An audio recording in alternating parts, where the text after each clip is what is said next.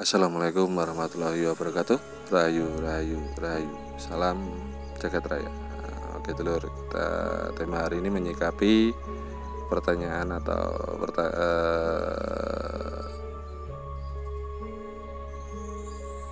menyikapi soal pertanyaan salah satu dulur kita lah istilahnya itu, dengan mempertanyakan, "Loh Bang, kenapa Bang kok Abang meyakini Satria Piningit di asli Kediri dan domisili di Kediri, serta kenapa Abang mengkaitkan antara ramalan Jangka Jayabaya dan Nuga Siliwangi?"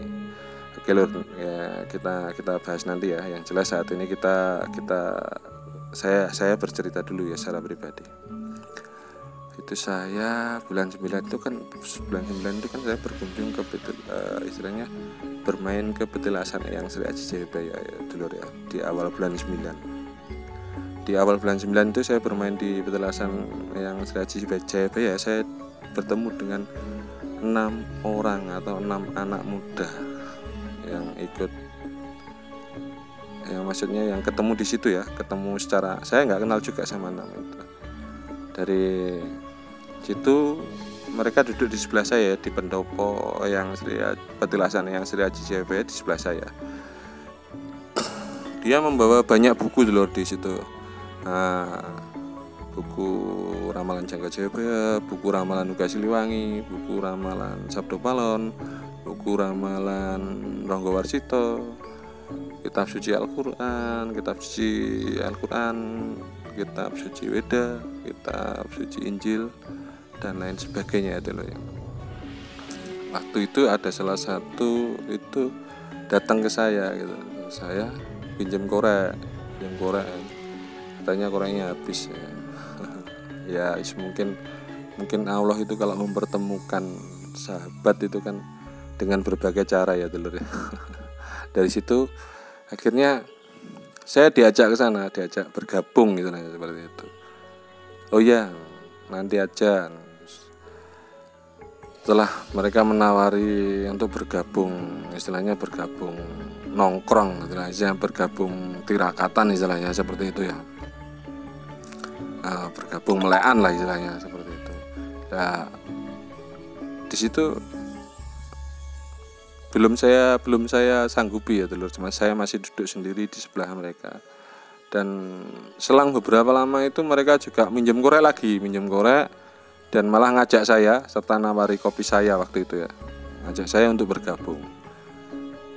Itu pun juga masih belum saya tanggapi. Akhirnya salah satu temannya datang lagi, pinjam korek lagi. Terus akhirnya saya diajak itu mau bergabung.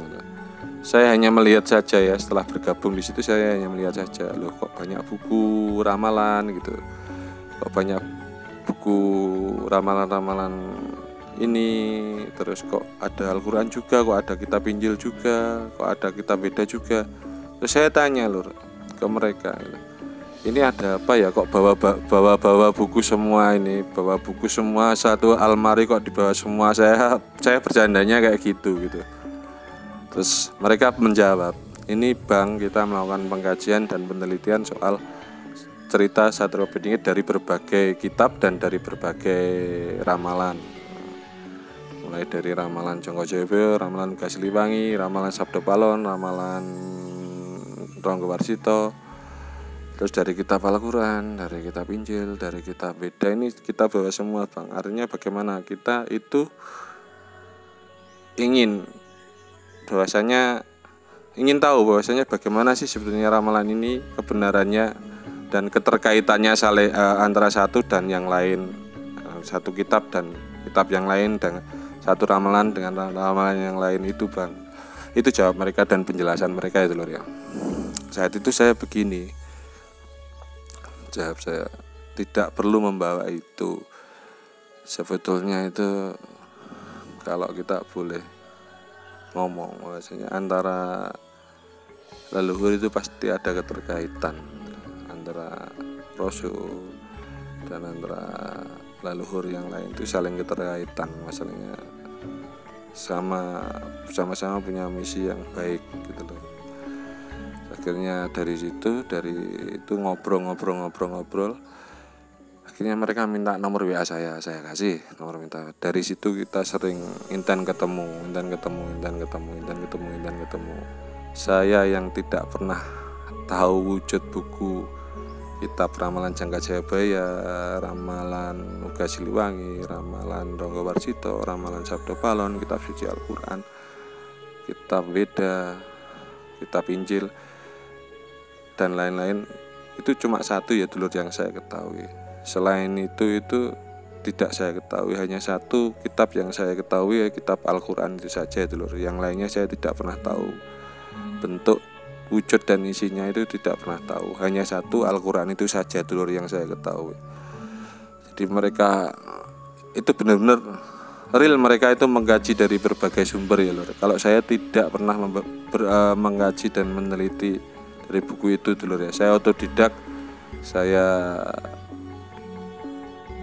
Saya gali dari sumber-sumber tokoh-tokoh atau leluhur itu aja dulur. Saya itu pun dari tokoh-tokoh dan leluhur yang ada itu pun tidak detail dulur ya, masih simpang siur itu dulur. Jadi saya menelusuri secara pribadi itu dulur, tanpa buku, tanpa panduan buku ramalan, tanpa panduan buku kitab itu dulur saya waktu itu ya. Jadi di sini istilahnya ketemu jodoh antara yang di buku dan yang tidak pakai buku gitu. Jadi kita otodidak, mereka yang formal kan begitu. Dari sini sudah jelas ya dulur penjelasannya. Kenapa saya kemarin meyakini bahwasanya Satrio Piningit ada asli Kediri dan ada di Kediri. Asli Kediri dan domisili di Kediri karena timur lereng Lawu itu ada Bengawan. Timur Bengawan ada 2 lebak. Lebak itu sumber mata air. Di timur lebak ada gunung yang persis banget dengan perahu kecil. Di timur lebak ada dua petilasan. Yang pertama petilasan yang Sri Aji Jayabaya, yang kedua petilasan Resi Mayangkara kan. Seperti itu dulu ya. Timur lereng Lawu jelas Bengawan Brantas atau Sungai Brantas. Timur Sungai Brantas jelas ada 2 lebak, lebak Sumber Gundi dan lebak Sendang Tirta Kamandanu. Di timur 2 lebak itu ada gunung yang persis perahu kecil yang bernama Gunung Kelut. Di timur kedua lebak itu ada petilasan yang Sri Aji Jayabaya. Di timur petilasan yang Sri Aji Jayabaya ada petilasan Eyang Resi Mayangkara.